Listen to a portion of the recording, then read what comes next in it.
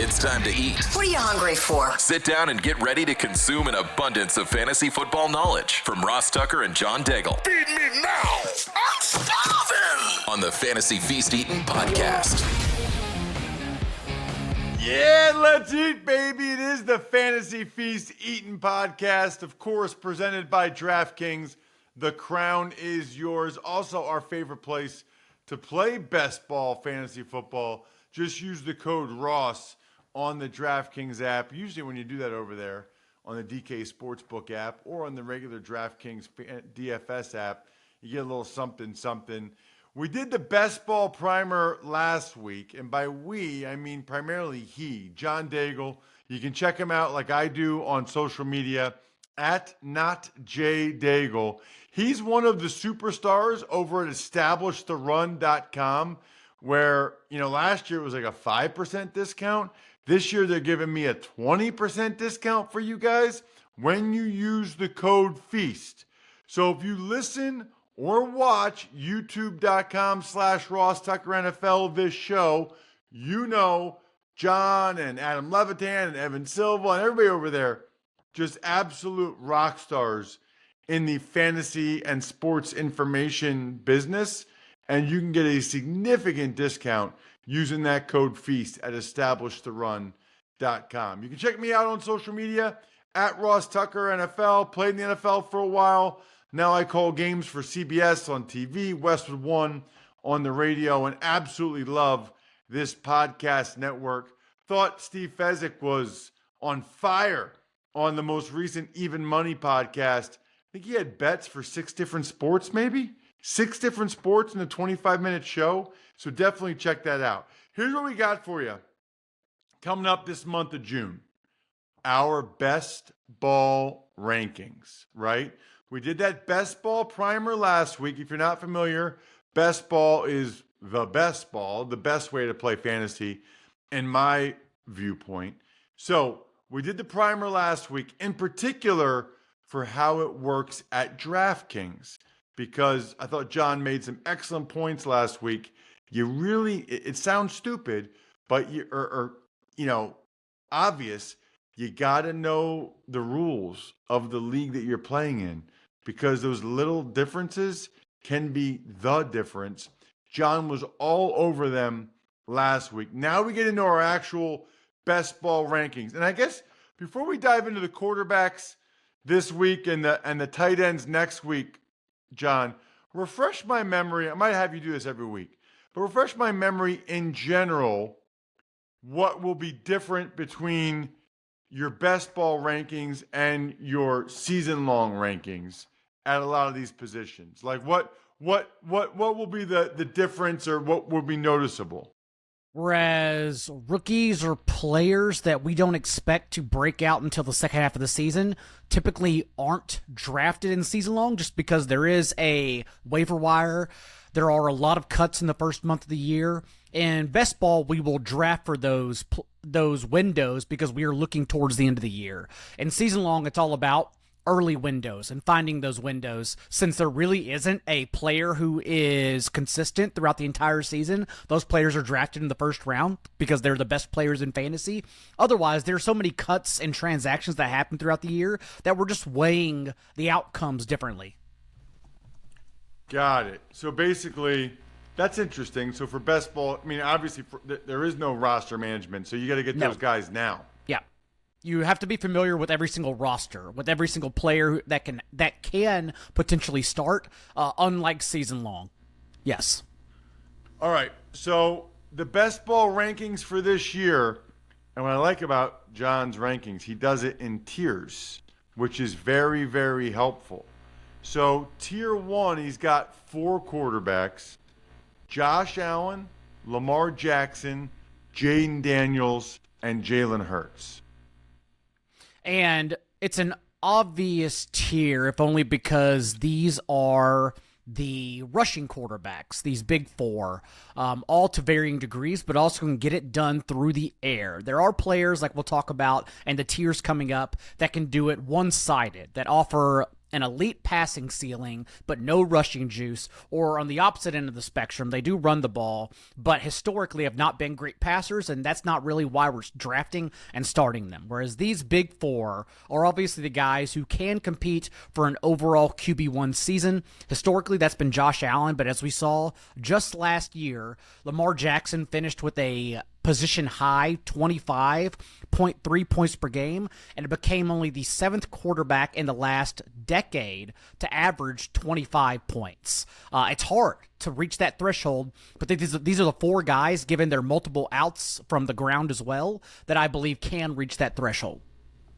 Wow, the seventh one in the last 10 years to average over 20 points? Yep, to average 25 points. And again, Right, to average 25, yes, you have to be truly special. Patrick Mahomes, the only guy who doesn't really, you don't think of as a mobile quarterback, very good at eluding tackles and pass rushing, but not necessarily a mobile quarterback. He's the only other one among this group to average 25 plus points per game, and that's because he's obviously has the best arm out of all of them.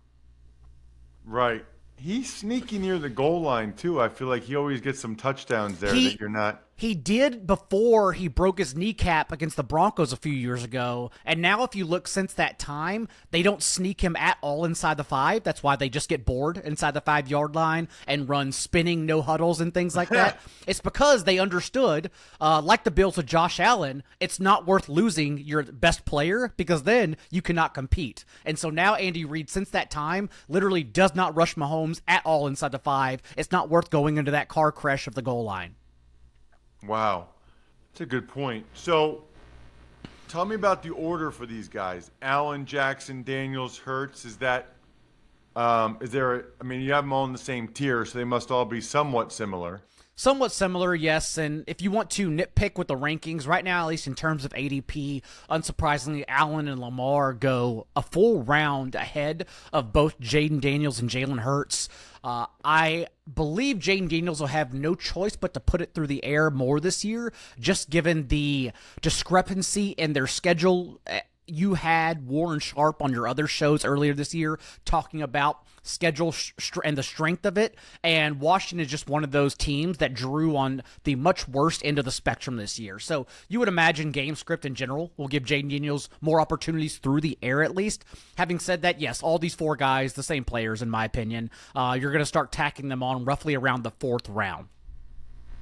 I would imagine that Hurts probably would not have been in this category if they banned the tush push. Would he have been? I don't think ETR as a whole, since all of our rankings are discussed in the Slack, we don't really make a decision without everyone making that decision and agreeing on it, or at least coming close to it. I'm on the side that it would not have mattered as much as people think, because QB sneaks, for example, as Tom Brady got by with for so many years, still have an 84% conversion rate. It's literally the best play in football. All the Eagles did with the tush pushes say, we can get better than 84%, but their fallback is 84% conversion rate. And so who cares about the tush push whenever you can still run the best play in football? That's, I think, my minority opinion. Everyone believes that without the tush push, the Eagles would suddenly suck at running the ball, even though Jalen Hurts squats 650 pounds, and he can still move an offensive line and an opposing defensive tackle himself, just single-handedly. So I don't know. It just depends on what line you fall on. The next tier, John, you have a quarterback all by himself, which is unique to have a guy. He's a tier unto himself, and that is Joe Burrow. Why is Joe Burrow in a unique tier by himself? It's the first heat check player in the rankings, because as we tried to do with CJ Stroud last year, and CJ Stroud was I got a lot wrong, but CJ Stroud fading him at QB6 and QB7, one of my best calls last year, and that's because far too often people try to spend elite draft capital on replaceable points. And Joe Burrow is replaceable, if only because he does not run the ball. We are going to be banking on many records again for Joe Burrow to then return this elite capital without being able to run the ball. And I'm always skeptical whenever ADP tries to shove non-rushing quarterbacks in this elite territory because, again, they have to have elite passing ceilings weekly, and it's a lot to ask for when you're spending one of your elite picks on a singular position like quarterback, where we can replace these points with rushing quarterbacks later on. That includes Drake May and a handful of others who run the ball far more than Joe Burrow.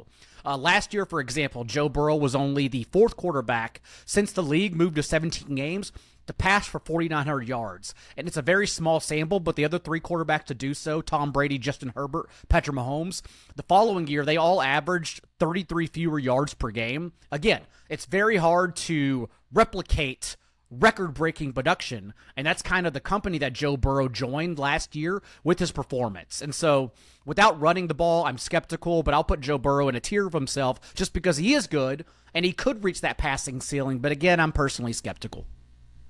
It's funny to see the next tier because I think fantasy folks might not be that surprised, but I think people that maybe don't pay attention as much to fantasy points and fantasy football would be surprised that your tier 3 rankings, only two guys, but it's Justin Fields and Kyler Murray. Justin Fields, someone that I am much higher on than consensus right now, and that's because he's exactly what we look for when we look for a fantasy quarterback. If you go back to 2022, he's been a top 12 option, so a starter, and 59% of his starts in that time. Over his last 34 starts, he's averaged 8.9 rushing points. This excludes what he's done through the air. Just on the ground, 8.9 points per game over his last 34 starts. He's someone that consistently delivers on the ground, and under Aaron Glenn, Tanner Engstrand, I believe that everything the Jets have done this offseason suggests the Jets are going to be, as long as their defense allows for it, and they have a significantly better defense than, let's say, the Raiders, who are also projecting to be one of the run-heaviest teams in the league.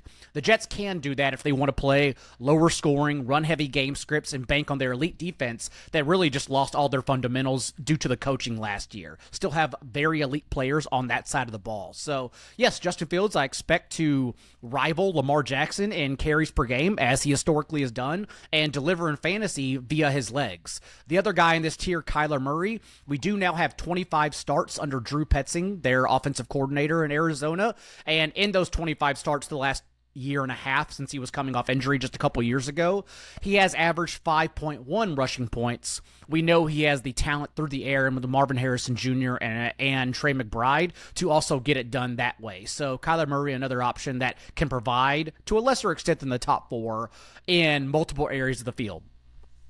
I can't believe it's June already, and we're a couple months away from NFL preseason games. Listen, Smirnoff's perfect for the summer, for those preseason games, because Smirnoff, we do game days, even in the off season. Listen, you heard it all season long. The fun doesn't stop now. Smirnoff knows there's no I in football. It's a we thing. Good drinks, good folks. That's what the summer's for, hanging out with family and friends. Grab a bottle of Smirnoff at your local retailer and head to Smirnoff.com. They have some really cool recipes of delicious cocktails perfect for game day. Please drink responsibly. Smirnoff number 21 vodka, distilled from grain, 40% alcohol by volume. The Smirnoff Company, New York, New York. Please not share with anyone under legal drinking age. Your fourth tier is your biggest tier. Mm-hmm. Patrick Mahomes, Brock Purdy, Caleb Williams, Drake May, Baker Mayfield, Dak Prescott, Bo Nix. You got some older, more established guys, and you got some young guns in there too. And this is another heat check moment for our stats and what happened last year, because similar to Joe Burrow, I am curious about Baker Mayfield and highly skeptical of his ADP, because right now he goes as a top 12 option every single time, and I'm not saying that's out of his range of outcomes. Clearly it was. But what we look for in fantasy, since we don't get any points for drafting last year's stats, that's the most useless practice you could do in fantasy, is draft last year's stats. Baker Mayfield is coming off career highs in points per game, touchdowns and touchdown rate. Historically, stats that tend to regress year to year. And so I at least question, can he sustain that literally career high production across the board as a 29-year-old? Can he sustain that going into this year? I'm not sure. And there are so many options that do run the ball or have shown they have higher ceilings when everyone's at full strength, Brock Purdy included, which if you look at the great Aaron Schatz's numbers right now, then you see that the 49ers lost the most games due to injury. We all know that on the offensive side of the ball between Deebo Samuel and Brandon Ayuk and Christian McCaffrey.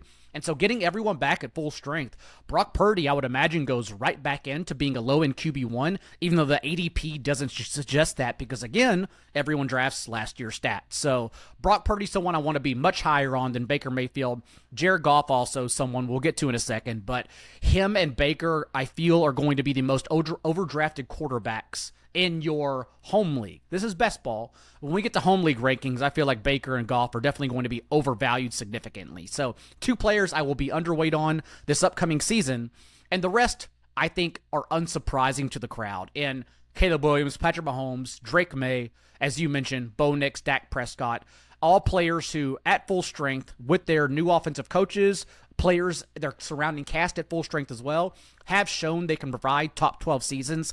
Even last year in the full starts that Drake May made because of the rushing juice he adds was literally the QB 12 in points per game in the starts he finished. So these are all guys I have faith in that can squeeze in sporadically to the low-end top 12 options, and I think the tier is much bigger than everyone else is giving credit for, since really everyone else is only jamming in Purdy, Mahomes, Baker, and Jared Goff to this range. You know, it's interesting, John. I feel like Bo Nix is more of a runner than I thought he would be. Mm-hmm. And I feel like Caleb Williams is less of one. I thought Caleb Williams would give me more as a runner than I feel like he did last year. And I was not expecting Bo Nix to give you stuff with his legs like that.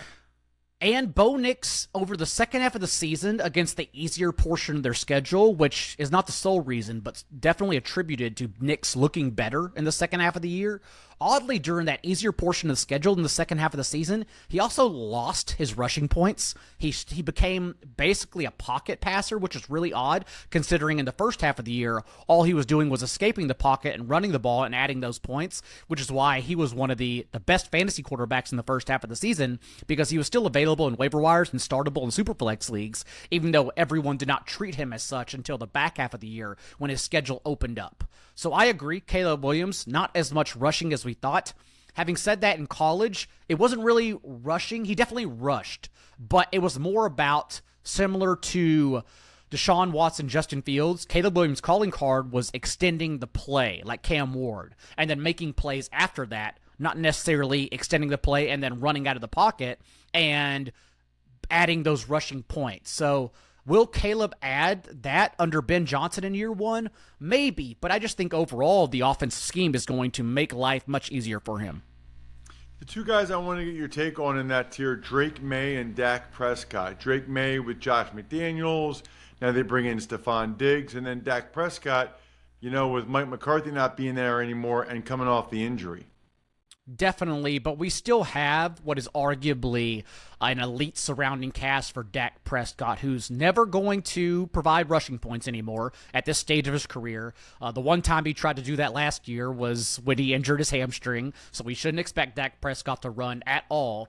But it's still CeeDee Lamb, George Pickens, and Jake Ferguson, plus a bunch of other complementary pieces behind those 3 that will allow Dak Prescott, that when he does break out, to have some elite ceilings. So Dak Prescott and Caleb Williams are 2 of my favorite quarterbacks who aren't going top 12 right now, who I still love grabbing as a QB2 in Superflex leagues if you're doing them this early, like dynasty redrafts. And then for Drake May, I already discussed, it's just about what he provided in his full starts, and that was with a significantly worse cast and the hardest schedule in the league, the second hardest, I believe, Warren Sharp dictated them with last year. Now we're talking about a significantly better surrounding cast, whether it be Stephon Diggs or Kyle Williams, adding them to the group of receivers, and a significantly easier schedule for the Patriots based on Warren Sharp's numbers. And so to me, it's very easy to look and say, okay, just like Jaden Daniels last year, Drake May is an obvious low-end QB1 who is not being treated as such. So unlike Baker and Goff, I'm on the other end of the spectrum with Drake May, where I think he is being underappreciated right now and should be treated as a top 12 option. Wow. All right. The next tier, your second to last tier, has a bunch of guys in it as well. And it starts with one of the most fascinating players in the NFL this season, Vikings quarterback J.J. McCarthy. Then you have Justin Herbert, Jordan Love, C.J. Stroud, Jared Goff, Trevor Lawrence, and Tua Tagovailoa. Pretty much all guys we expect to start 17 games if healthy. If healthy is the big question here. And then also just what we believe these offenses will become. I think Justin Herbert will probably, who was amazing last year, extremely efficient, but I think he's going to get hyped for what the Chargers offense became in the second half of the year, when we've talked about this on this show already this year. That's not what Harbaugh and Greg Roman wanted to do for the Chargers. They began the year with the league's highest run play rate until their bye, and then realized that once J.K. Dobbins got injured, they literally couldn't run the ball at all and had no choice but to pivot through the air with Justin Herbert, who was amazing. But I would imagine coming out the beginning of this year, not only adding to their offensive line, but also implementing more in the running game between Najee Harris in free agency and then, of course, Omarion Hampton in the first round. I think the Chargers are telling us what they were in the first month of the season is what they want to be. And they can do it much better this year with those added pieces. And so I think the Chargers are going to be so run heavy and have such an amazing defense that really Justin Herbert, like the first month of the season, is going to be put on the back burner and only really asked to get the job done and winning the games, not really help us in fantasy. So he falls in this crowd of other players who, as we've seen, don't add really anything in the rushing game and have shown us sporadically to have a high ceiling, but also their floors leave them outside of the top 12 because they don't run the ball at all. That includes McCarthy, Jordan Love, Jared Goff, guys like that. So I am once again buying back into, let's say, C.J. Stroud. He was drafted as the QB6, QB7 overall last year, finished outside the top 24 quarterbacks in points per game because, again, you try not to overvalue quarterbacks who don't run the ball as a top 12 option. Now he's just being left for dead, even though it's only his third year. That's something I will definitely buy back into since the ADP is arguably incorrect here with C.J. Stroud. All we're doing is recalibrating his ceiling. And so, yes, I do like C.J. Stroud in this example. J.J. McCarthy, as you mentioned, is the most polarizing one, just because I don't know what this offense is going to become. We're coming off 4-year lows in Justin Jefferson's point per game, with Sam Darnold, who showed he could be both a ceiling player and someone where the bottom fell out. It was nasty for everyone involved. Those last 2 games for the Vikings, everyone remembers, where they just couldn't score at all. But for J.J. McCarthy, it's what this organization did during the offseason and adding both Will Fries and Ryan Kelly on their interior offensive line and Jordan Mason. I think all of these moves suggest similar to like what the Titans are doing, for example, or the Chargers are the better example. I think all these moves suggest the Vikings want to be run heavier, and they can do it with Brian Flores' defense. And so I do worry about the passing ceiling, and not only that, but J.J. McCarthy in general in his first year coming off a serious injury. I just wonder what the passing ceiling is for the Vikings as a whole when they're playing the way they want to play. And that's why I group J.J. McCarthy in with this tier of pocket statues who do sporadically, again, show a high passing ceiling. It is June, people. You know what that means? It's Labatt Blue Light season. They got that nice lime flavor too, by the way. And it's buy beer, get gear from Labatt. Go to this website, okay? It's rewards.labattusa.com.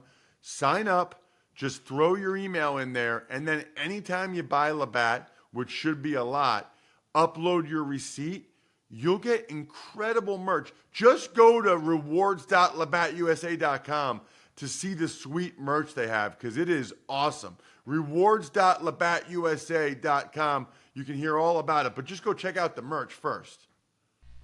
Yeah, he's an interesting one. Basically a rookie. Hard to know what you're going to get from him. I thought he looked great in that Raiders preseason game last year, but then he got hurt, and that was it. The last tier is really interesting because it's basically some virtual unknowns and some old heads. Michael Penix Jr., Cam Ward, Bryce Young, Geno Smith, Matthew Stafford, and Tyler Shuck. And these are players we expect to start, but cannot guarantee they start 17 games.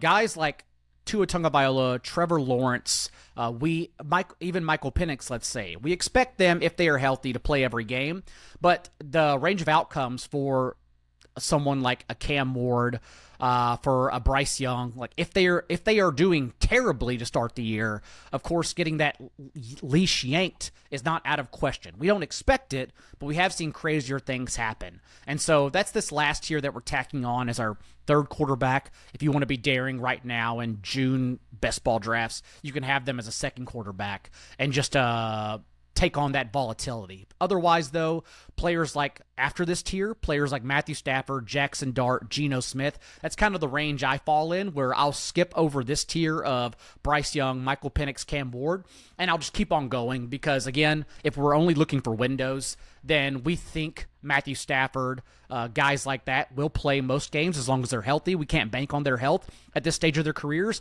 but we think they're more than serviceable if they are healthy. So that's where I'm at, where the tier afterwards that we didn't even mention, I'll still wait for that grouping. That also includes the Colts quarterbacks, Anthony Richardson and Daniel Jones, who, if you're trying to do 3 QB builds, since both Richardson and Jones are being drafted in the last couple rounds, you can just draft both, quite honestly. Let's say you start Jalen Hurts, wait until the last 2 rounds, draft both Richardson and Jones, and guarantee yourself, barring that both get injured, a QB2 from Indianapolis, since they can compound together. And that's the way I am typically handling late QB2 builds or QB3 builds. Out of those guys, who has like the most potential, you think, to have a good year, especially on the ground? Out of Cam Ward, Penix Jr., Shuck, really the young guys. Shuck wasn't a rushing quarterback in college at all. I also worry about his first year, considering that he's going to be 26 years old, only threw 950 passes in college. He's an older prospect, but he's not as tenured as Bo Nix was with, literally a record in pass attempts in college. So I worry about Tyler Shuck, but I'm sure he's under center, if only because Spencer Rattler is his competition. I would say, Michael Penix is probably the one I'm most excited about, given his last month of the season. Love it. Check him out on social media at @NotJDaigle. I'm stuffed. We're done. Thanks for tuning in to Fantasy Feast. Make sure to also check out the Ross Tucker Football Podcast, Even Money, and College Draft, all on the DraftKings Network, YouTube, or subscribe to the podcast on your favorite platform.